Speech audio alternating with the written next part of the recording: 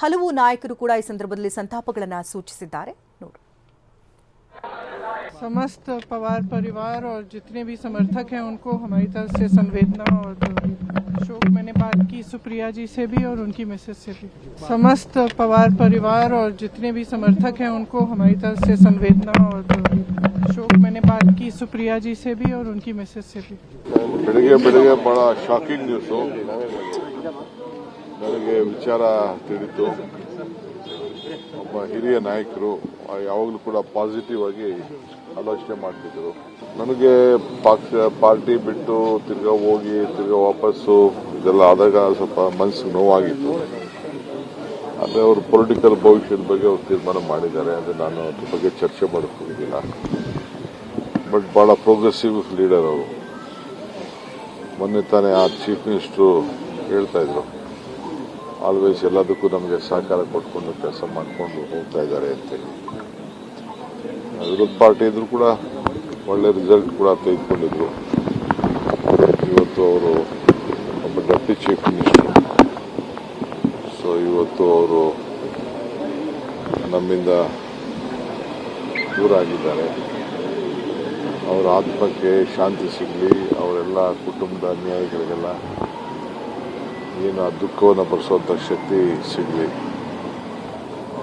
ಜೊತೆಗೆ ಇಲ್ಲೂ ಕೂಡ ಅವ್ರ ಕುಟುಂಬದವರು ನಮ್ಮ ಬೆಂಗಳೂರಿನಲ್ಲೂ ಕೂಡ ನಂಟಸ್ತನ ಬೆಳೆಸಿದ್ದಾರೆ। ನಿನ್ನೆ ತಾನೇ ಅವ್ರ ಬೀಗರನ್ನು ಭೇಟಿ ಮಾಡಿದ್ದಾರೆ ರಾತ್ರಿ, ನನಗೆ ಗೊತ್ತಿಲ್ಲ ಹಿಂಗಾಗ್ತದೆ ಅಂತೇಳಿ। ಸೊ ನಾವೆಲ್ಲ ರಾಜಕಾರಣಿಗಳು ಬಹಳ ಹುಷಾರಾಗಿರ್ಬೇಕು। ಟ್ರೈನ್ಗಳಲ್ಲಿಂದ ಚಿಕ್ಕ ಟ್ರೈನ್ಗಳಲ್ಲಿ ಪ್ರಯಾಣ ಮಾಡುವಾಗ ಬಹಳ ಹುಷಾರಾಗಿರ್ಬೇಕು। ಅನೇಕ ನಾಯಕರುಗಳನ್ನು ನಾವು ಕಳ್ಕೊಂಡಿದ್ದೇವೆ। ಸ್ಪೀಕರ್ ಆಗಿದ್ದವರು, ಸಿಆರ್ ಅವರು, ಬಹಳ ಜನ ನಮ್ಮ ಪೈಲಟು ಎಲ್ಲ ಕೂಡ ನಾವೆಲ್ಲ ಕಳ್ಕೊಂಡಿದ್ದೇವೆ। ಹುಷಾರಾಗಿರಬೇಕು ಅಂತ ನಾನು ಭಾವಿಸ್ತೀನಿ।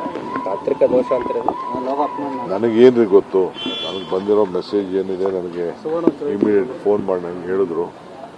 ನಮ್ಮ ಸೋಷಿಯಲ್ ಮೀಡಿಯಾವರು ನನಗೆ ತಿಳಿಸಿದ್ರು, ಬೇರೆ ನನ್ನ ಫ್ರೆಂಡ್ಸು ಕೂಡ ಬಾಂಬೆಯಿಂದ ಫೋನ್ ಮಾಡಿ ಇಮಿಡಿಯೇಟ್ ಆಗಿ ತಿಳಿಸಿದ್ರು। ಸೊ ಅದನ್ನೇ ನಾನು ಎಲ್ಲರೂ ಮಾತಾಡ್ತಿದ್ದಿಲ್ಲ, ಈಗ 4 ಗಂಟೆ ಮುಂಚಿದಾಗ ಹೊರಡ್ತಿದ್ದೆ ನಾನು, ಯಾರು ಒಳಗಡೆ ಇದ್ರು ಏನು ಎತ್ತ ಅಂತ ಹೇಳಿ ಅದನ್ನು ಚರ್ಚೆ ಮಾಡ್ತೀನಿ। ಮಹಾರಾಷ್ಟ್ರದ ಸರ್ಕಾರದ ಉಪಮುಖ್ಯಮಂತ್ರಿಗಳು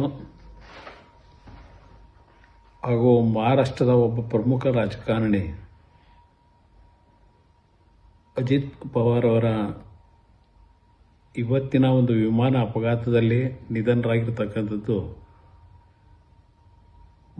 ಎಲ್ಲರಿಗೂ ಒಂದು ರೀತಿಯ ಆಘಾತವನ್ನು ಉಂಟು ಮಾಡಿರ್ತಕ್ಕಂಥದ್ದು।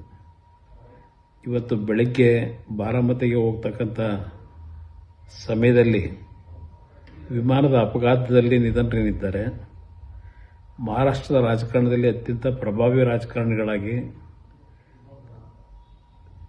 ಮಹಾರಾಷ್ಟ್ರದ ಸಹಕಾರಿ ಕ್ಷೇತ್ರ ಹಾಗೂ ಕೃಷಿ ಕ್ಷೇತ್ರದಲ್ಲಿ ಅವರದೇ ಆದಂಥ ಹೆಚ್ಚಿನ ಒಂದು ಕೊಡುಗೆಯನ್ನು ಕೊಟ್ಟಿದ್ದಾರೆ। ಇವತ್ತಿನ ಅವರ ನಿಧನ, ಆಕಸ್ಮಿಕವಾದಂಥ ನಿಧನ ಅಪಘಾತದಲ್ಲಿ ನಿಜಕ್ಕೂ ಎಲ್ಲರಿಗೂ ದುಃಖವನ್ನು ಉಂಟು ಮಾಡಿರ್ತಕ್ಕಂಥದ್ದು ಮತ್ತು ಮಹಾರಾಷ್ಟ್ರದ ರಾಜಕಾರಣದಲ್ಲಿ ಒಂದು ದೊಡ್ಡ ಆಘಾತವನ್ನು ಉಂಟು ಮಾಡಿದೆ। ಈ ಒಂದು ಅವರ ನಿಧನಕ್ಕೆ ಭಗವಂತ ಶಾಂತಿಯನ್ನು ಕೊಡಲಿ, ಆತ್ಮಕ್ಕೆ ಶಾಂತಿಯನ್ನು ಕೊಡಲಿ। ಅವರ ಕುಟುಂಬ ವರ್ಗದವರಿಗೆ ಈ ಒಂದು ಅತ್ಯಂತ ಆಘಾತಕರವಾದಂಥ ಅವರ ಅಪಘಾತದ ನಿಧನ ದೇವರು ಆ ಕುಟುಂಬದ ನೋವನ್ನು ಭರಿಸ್ತಕ್ಕಂಥ ಶಕ್ತಿಯನ್ನು ಎಲ್ಲರಿಗೂ ನೀಡಲಿ ಅಂತಕ್ಕಂಥ ಪ್ರಾರ್ಥನೆಯನ್ನು ಮಾಡ್ತೇನೆ।